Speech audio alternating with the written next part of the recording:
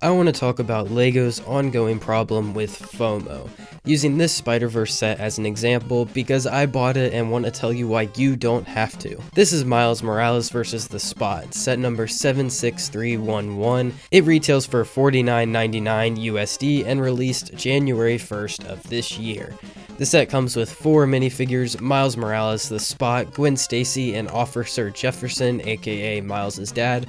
Off the bat, this is the first LEGO appearance of Officer Jefferson and the Spot, and while we've gotten Gwen and Miles before, this is the first time we've gotten versions of them based off their Spider-Verse appearance. This set also comes with 2 builds, a police car and a deli that the Spot robs in Across the Spider-Verse.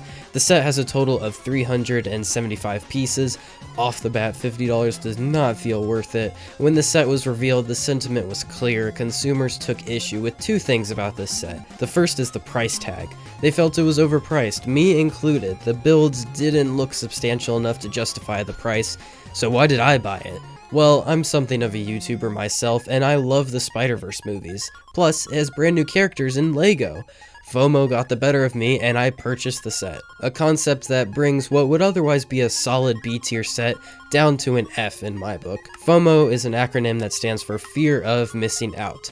Webster defines it as the fear of not being included in something that others are experiencing. Often this fear is based on the idea that something people are experiencing will be short-lived. You pursue this thing while having the idea that if you don't pursue it now, it'll be too late later. That sounds awfully dramatic. This is a plastic toy after all, right?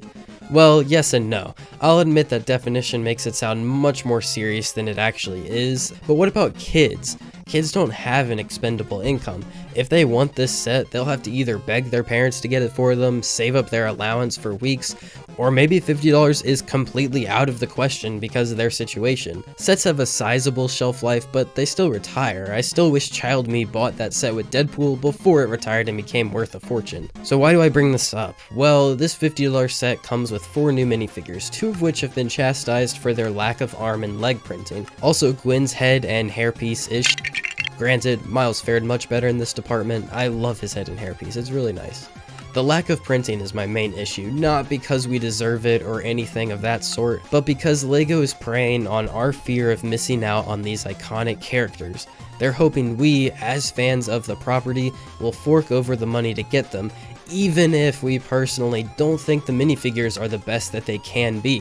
They know we'll buy it anyway, because right now it's the only option outside of LEGO alternatives like Minifigs.me.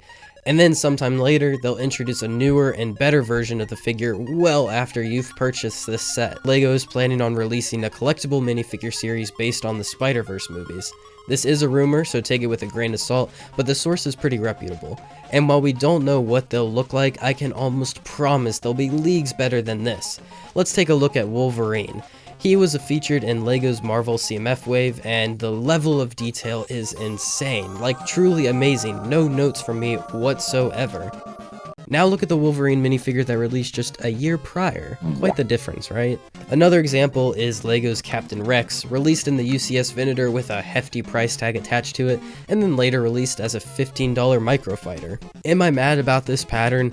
Not at first. I thought it was hilarious that grown men were complaining that their piece of plastic wasn't worth as much anymore. But then I started thinking about that kids potentially bought the Venator in part because they love the character of Rex so much, and now there's a much cheaper way to acquire him. FOMO is strong in the LEGO space. We've all seen how expensive retired LEGO can be. I mentioned Deadpool earlier, and he's a prime example.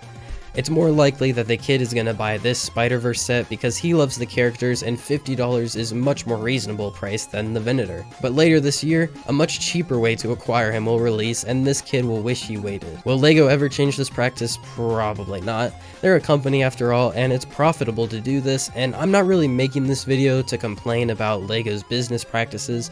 More so, I want you, the consumer, to really think about whether you should buy that LEGO set that's sitting on the store shelf. Are you satisfied with every aspect of that set? Or could you wait 6 months or so to see if LEGO plans on re-releasing something else in the franchise that's better suited for your budget and is overall a cooler product? Please, for your sake, don't fear missing out. Fear wasting your money on something that'll release in a better state later.